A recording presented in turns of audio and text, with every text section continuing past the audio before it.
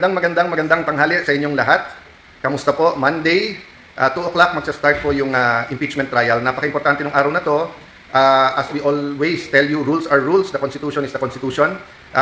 May technical rules because it's part of due process. So pag-uusapan po ngayon yung money laundering, yung Anti-Money Laundering Council, yung BIR at saka yung bank accounts, no? So just to refresh your memory and to tell everyone na mag-ingat kayo magtanong kasi sa mga panahon ngayon bawal ata magtanong, no? So let's start by praising God for a new week. Again, the biblical principle, kung anong itatanim natin, yan ang ating anihin. Why are we fighting? Why are we struggling? Why are we asking for the truth, katotohanan? Why are we fighting for the Constitution? Bakit natin nilalabanan yung korupsyon? Kasi kung anong tanim natin ngayon, yan ang klaseng Pilipinas 5 years, 10 years, 20 years from now. So unahin ko yung bawal magtanong. So a few days ago, ang topic dito sa Senate nung Wednesday sa impeachment court is kung i-grant yung subpoena para sa anti-money laundering, BIR at sa mga bangko kahit na 20 years, kahit na nung hindi pa Vice President. So sa vlog ko, gumamit lang ako ng example. Sabi ko, example, si Senator Lacson tumaas ang salin, si Senator Erwin tumaas. So just because tumaas, ibig ba sabihin, pwede mo nang pakuha yung BIR, yung AMLA at saka yung bank accounts, di ba? I was giving an example. I wasn't saying there is anything wrong. But I was making an example kay Senator Erwin na may broadcast journalist na nagsabing hindi daw ganun kalaki kung sa media lang. So sinabi nga niya, real estate. O kung real yung real estate nilang dalawa, good. Hindi yun yung tanong ko eh. Ang tanong ko, would it be fair to them na without any more allegations, sabihin lang bakit tumaas ng ganun, kukunin mo na yung AMLA, yung checking the sound lang po, yung AMLA, BIR and everything. Pero yun nga, meltdown na eh. No? Pero huwag kayong mag-alala po sa akin, prayers lang po kasi kailangan ituloy natin ang laban. So today, ang news, sinabi ng DPWH Secretary Vince Dizon, verify nila pag may ghost. I hope hindi siya magpa-pressure and I hope he tells the truth because 3 beses niya na sinabi sa akin na verify nila at walang ghost sa Taguig. So nung nung nangyari to, wala pa siya sa DPWH if I'm not mistaken. When he was in the DPWH na, budget hearing dito, sinabi ko, Sec Vince, ba't hindi mo pakuha sa cellphone lang? Picture lahat ng project. Simulan mo sa 2025, 24, 23, pabalik. Para kung sa cellphone pa lang bayad na pero walang project, ghost na yon. Umuo siya. Pagdating sa floor, pinalo up ko, tinignan niya mga kasama niya, pinagawa niyo na ba? Hindi pa daw. Pero sa Taguig ginawa na. So nung nagbisita siya, tinanong ko pa ulit kasi nagtanong staff niya, Sir, anong magagandang projects? So binigay namin. Tapos sabi ko, anong bibisitahin niya? Pareho kayo, sir, gusto niyang bisitahin yung mga projects na either na-stall o may problema kasi nandito siya para ayusin. That's why I admire him. Because he's a Mr. Go Get It, Mr. Fix It. Pero nagtataka ako ngayon, nung sinabi ni Senator Ping na may ghost, biglang, I will verify.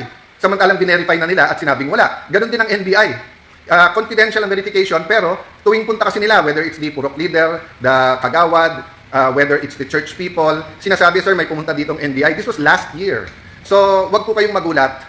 Talagang pag nagtanong ka pala ngayon, talagang yan ang isosoli at ibabalik sa inyo. So, marami akong di-discuss sa inyo. Kasama din po yung 10K, kasama po yung nangyayari, yung mga political prisoners na nangyayari, and why it's so illogical that I will fight for the truth and for the Blue Ribbon hearing, tapos meron pala kaming problema sa sarili naming bakuran. So, sa mga taga-SEA Games, or most of you are volunteers, you did a great job. Pasensya na kayo kung nadadamay kayo. Sa mga taga-Taguig, sa mga lumaban para mapaganda Taguig, wala nang baha sa Taguig ngayon, konting ulan.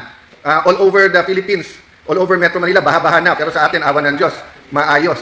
Pero tayo ang iimbestigahan nila. Meron daw Diskaya projects, meron din po sa Baguio City, meron din sa Pasig, sa buong Metro Manila. Pero bukod tangi, di ba, sino nga ba yung may picture kasama yung mga Diskaya? Hindi ba si Senator Ping Lacson? Pero ako imbestigahan, hindi siya. But we welcome the Blue Ribbon Committee, especially if it's led by Senator Kiko Pangilinan, kasi hindi naman siya senator nung 22 to 25. Unlike Senator Ping, hindi nga siya senator, pero may magwi-witness tungkol dun sa perang nakuha at tungkol sa eleksyon. Si Senator Erwin naman, kasi 3-in-1 o 4-in-1 siya. Yung mga nag-donate sa kanya na contractor, yung contractor nila dun sa party list nila, tapos yung sa bibig niya mismo nang gagaling yung bentahan ng project. So marami po, marami. So hindi pwedeng yung dalawa ang mag-lead ng investigasyon kasi kasama din sila.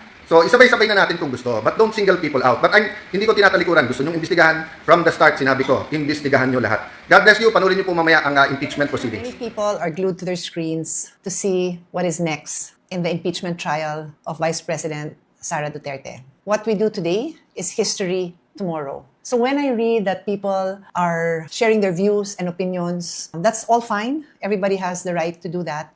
But what I'd like is that we can all have a more intelligent discussion because we understand what is happening. It just so happens that I'm a lawyer.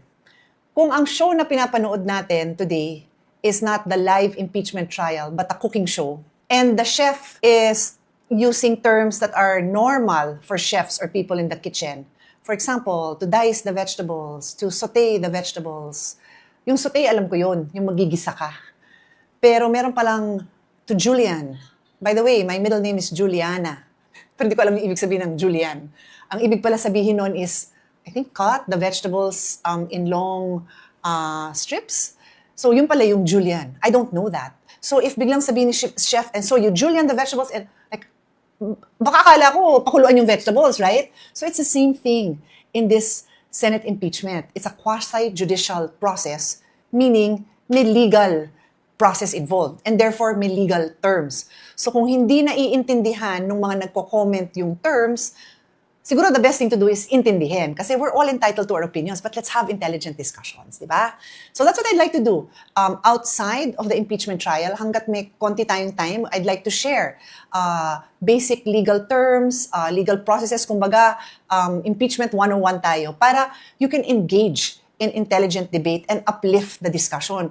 That is, I think, what is essential for this so that we understand. So ako, nung bata ako, natatandaan ko sa mga legal shows, yung mga crime shows, yung mga action shows, may court scene yun. Tapos lagi, ano marinig mo? Objection, Your Honor.